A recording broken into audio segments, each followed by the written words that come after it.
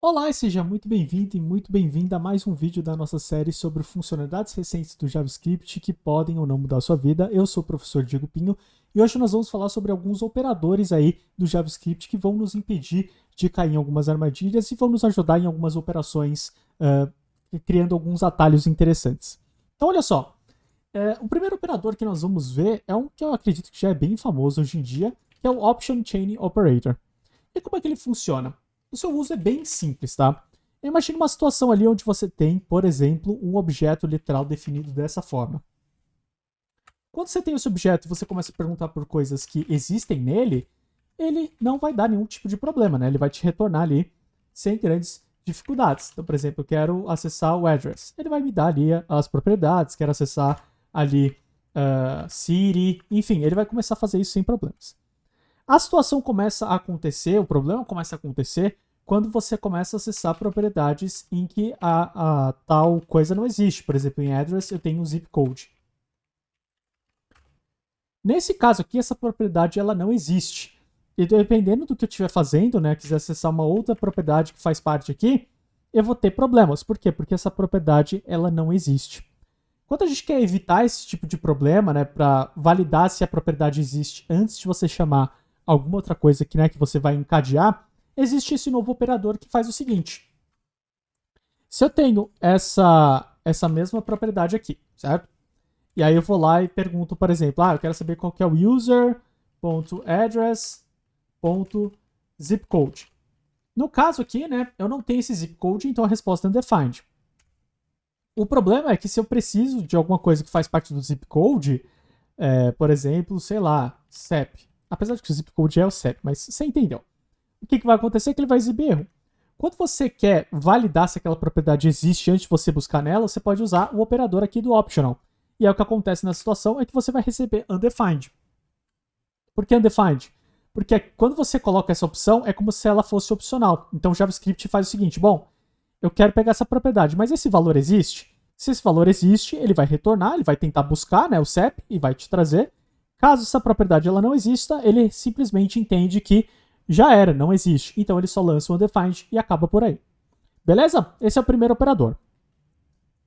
O segundo operador que nós vamos ver aqui é o Nullish Coalescing Operator. Desculpa a pronúncia desse nome aqui, mas é confuso, vai. E como é que funciona esse operador muito louco aqui? Ele funciona nas situações onde nós temos, por exemplo, aqui um usuário, e aí eu quero obter aqui uma propriedade desse usuário. E aí essa propriedade, vamos imaginar aquela opcional. Ele pode ter ou não um nome. E aí eu faço um negócio do tipo assim, se ele não tiver nome, eu quero que nome, né, seja igual, por exemplo, guest. Caso contrário, eu quero o nome que ele já teria por padrão. E aí eu coloco lá no console, log, o nome que eu vou obter aqui nessa propriedade. Na hora que eu faço isso, perceba que o user não tem essa propriedade de nome. Então o que acontece aqui é, né, que esse name ele fica como undefined. E aí, como eu não tenho um nome definido aqui, né, ele é um valor false, o que acontece é que ele define o guest. Isso é muito comum de acontecer nas aplicações. Imagino que você já deva ter escrito muito código assim. Acontece que a gente não precisa fazer dessa forma, a gente consegue reduzir essa estrutura para isso aqui, ó. A gente pode pegar aqui, definir de novo user, só que ao invés de criar todo aquele trâmite na variável do name, né, criar o if, etc., que não está errado, a gente pode fazer dessa forma. Então eu vou fazer o seguinte, ó, eu quero que o name seja user.name, se não existir, eu quero que você assuma o valor de guest. E aí o que vai acontecer? Aqui no caso ele está reclamando porque name já é uma variável que existe, então eu vou colocar, por exemplo, como name1. E aí no caso agora, ó, name1 vai ser o quê? Vai ser guest. Se eu usar o mesmo código, só que aqui em user eu colocar aqui name Diego, o que vai acontecer? Vou definir como name2 aqui, só para não dar problema. Na hora que eu vier aqui e procurar pelo name2,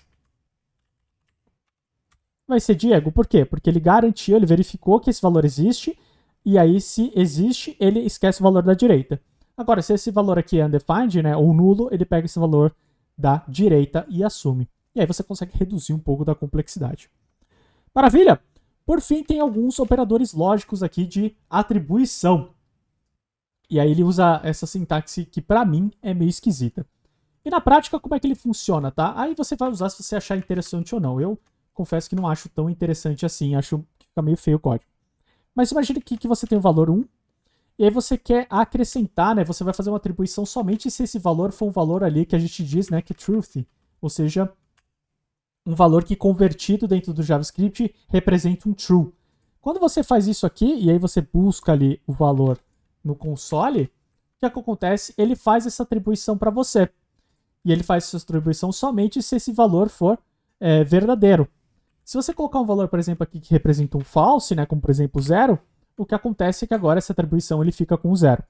Ou seja, esse aqui é um operador que faz ali uma atribuição somente se o valor que você está associando ele é um valor ali que é convertido para truth, né? Ou seja, representa o valor booleano verdadeiro.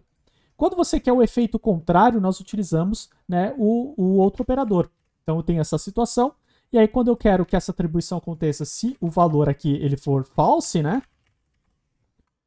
O que acontece aqui é que se eu chamar o console agora, o que vai acontecer? Esse valor vai ser atribuído. Ao contrário do comportamento passado, né? Se eu colocar esse valor aqui como 1 agora, o console vai exibir o número 1. Legal? Então nós temos esses 3 operadores aí que servem para essas diferentes situações cotidianas. Então eu espero que você tenha gostado aí dos operadores malucos aí, né, do JavaScript. Eles trazem algumas facilidades, principalmente os 2 primeiros. Esse terceiro também pode ser bastante interessante dependendo da situação, mas às vezes a sua leitura pode ficar meio confusa porque o símbolo em si, né, ele fica meio esquisito, fica meio feio, mas não é nada que a gente também não consiga entender. Maravilha, lembrando então que isso aqui é uma série, então existem vídeos passados e vídeos posteriores, basta você procurar na playlist. O material escrito desse vídeo também está disponível aí na descrição do vídeo, basta você procurar. E se de alguma forma esse vídeo te ajudou, você gosta desse material, não deixe de comentar ou de curtir o vídeo, porque isso ajuda a motivar para que eu faça mais vídeos para você, tá bom? Então te vejo numa próxima, um grande abraço, até mais, tchau, tchau!